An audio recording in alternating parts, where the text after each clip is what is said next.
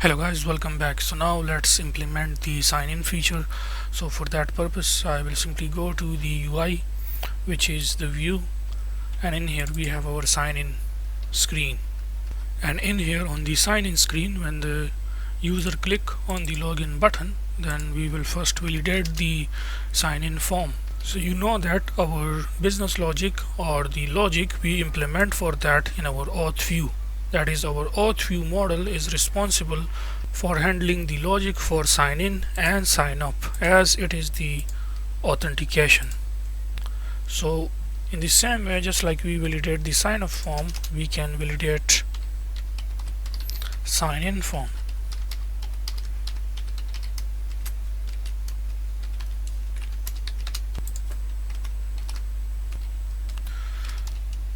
So we can say if, and from the sign in screen we can call it using our auth view model instance. We can say validate sign in form, and to this method we will pass the email and password. So the first one will be email, and then the second one will be password, and of course the context of this screen. So these three parameters we are passing to this method from here, which we have to receive here. So first one is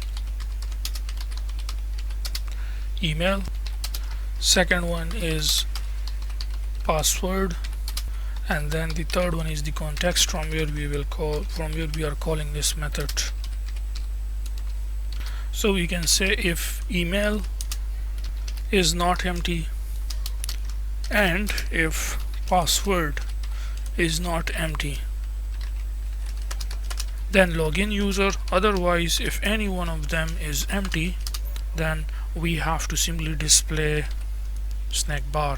So we can say common view model dot show snack bar, and the message will be password and email are required.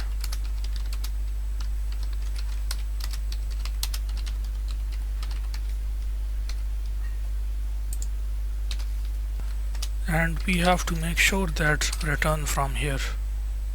Now in here we will first say common model dot show snack bar, and it will be like checking credentials,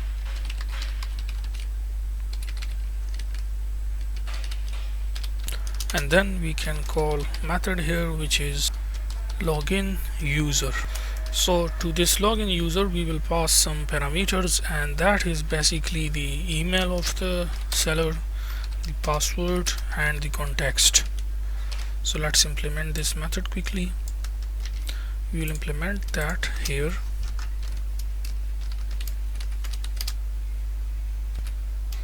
We will wait for the response, since we will authenticate either the user exists in the Firebase authentication or not. So you can say wait. Similarly, this method will be asynchronous as well. Let's create an instance of our user, which is from Firebase or dot package. We will give it name as current Firebase user, and then we can say Firebase auth dot instance dot sign in user, sign in with email and password, and to this we have to pass two parameters, email and password.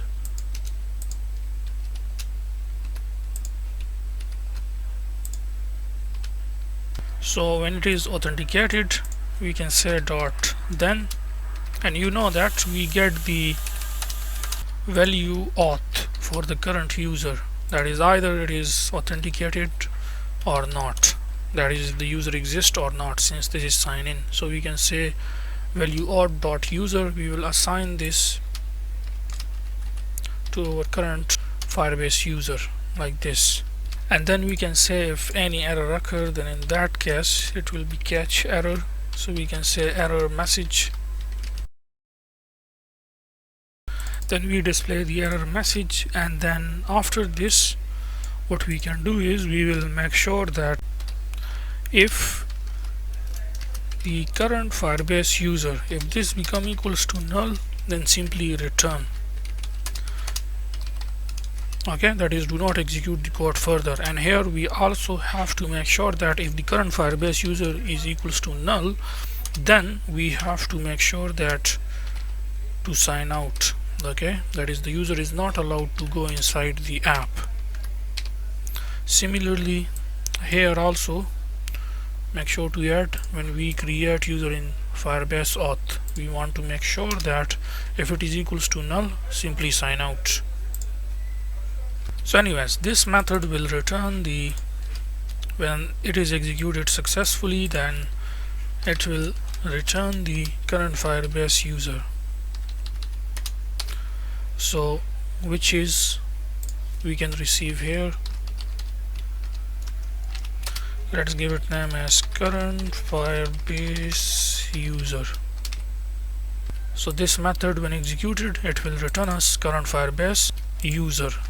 Then after it, as the user is authenticated successfully, then we are going to read data from Firestore for this user who is logged in successfully, and we will set it locally and set data locally. To this method we will pass the current Firebase user and make sure to add here wait. Let's implement this method.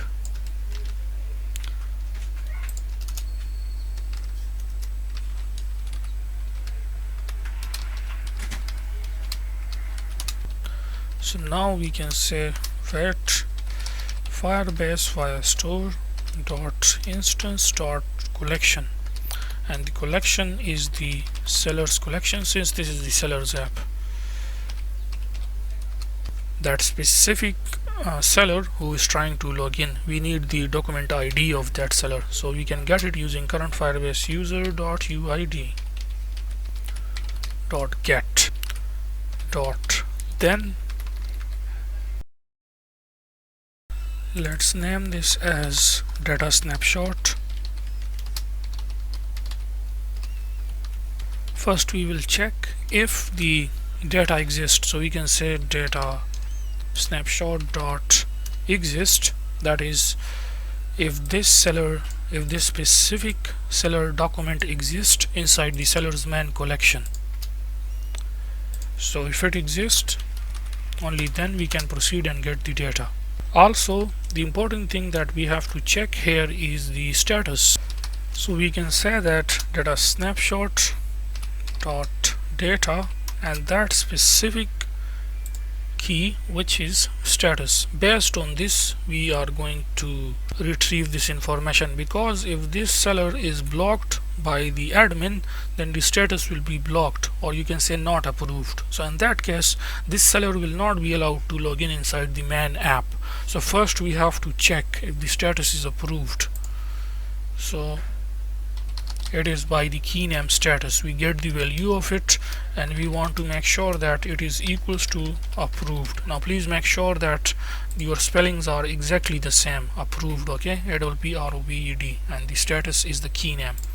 So from the database we fetch the value of status and we compare it with this, which is approved. So if it is approved, only in that case we will get the data first, save to the local storage, and then we will allow the seller to use the main app, that is to go inside the app. So just like if you remember, when we save the data to local storage using shared preferences, in the same way we can do now in case of login. But in the sign up we have that data inside variables, since we get that from the text form fields. In case of sign in we do not have it, that's why we are retrieving first from the database. So using this data snapshot we can access all this data. Whatever data we need we will get from here, and we will save it to the local storage. So first of all make sure to remove this, okay, there is no need of it now, as you know that we have already initialized it here, okay. And then on the main dot we already say get an instance of the shared preferences. So anyways, now similarly what we can do, let's just copy it from here, and then in our method, which is here, we will simply paste that. Okay, now let's get it one by one. So the UID we can get from the current Firebase user like this.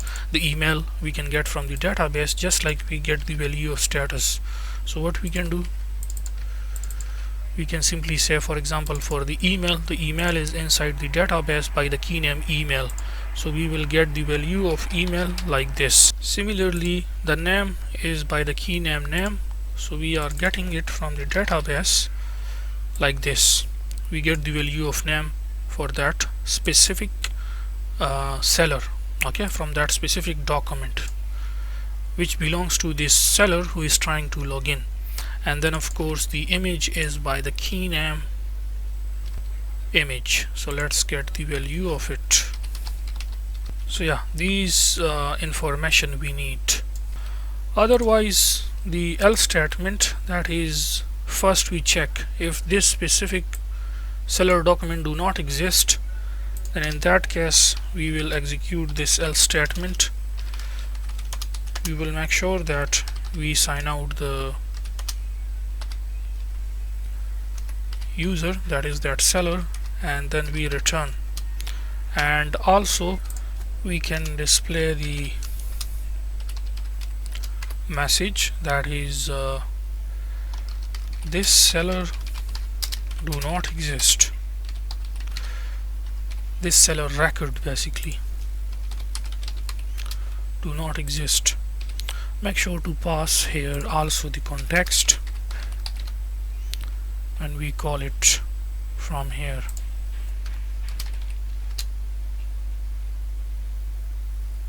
And you know that the type of this is user, which is Firebase auth, and this is the build context. Make sure to add here a null check. Similarly here as well. From here you can remove. And then this case where if the status is not approved, it means the seller is blocked by the admin. So we will execute the same code, that is, here we will simply say you are blocked by admin. You can simply say contact, let's say the admin email is this. So this is all about our sign-in method. As you know, we are calling it from here. We are waiting for the response. Once it is executed, then we can simply send the seller to the home screen. So let's check our code step by step. First we do the form validation. If everything goes successful, then we log in user. You know that in the login user, make sure to add here wait, since we will wait for the response from the Firebase auth. So once everything goes successful, like it is authenticated and current Firebase user is not equals to null, then you know that it will return this current Firebase user. So it will be returned and assigned to this, on the basis of which we pass it to our this method, and where we get the data from the Firestore database, and we check if the status of the seller is approved, that is, the seller is not blocked by the admin. Then in that case we set data locally. We get it from the database and we set it locally using these key names, and of course we send the user to the home screen. So now let's test our application. So now let's quickly log in.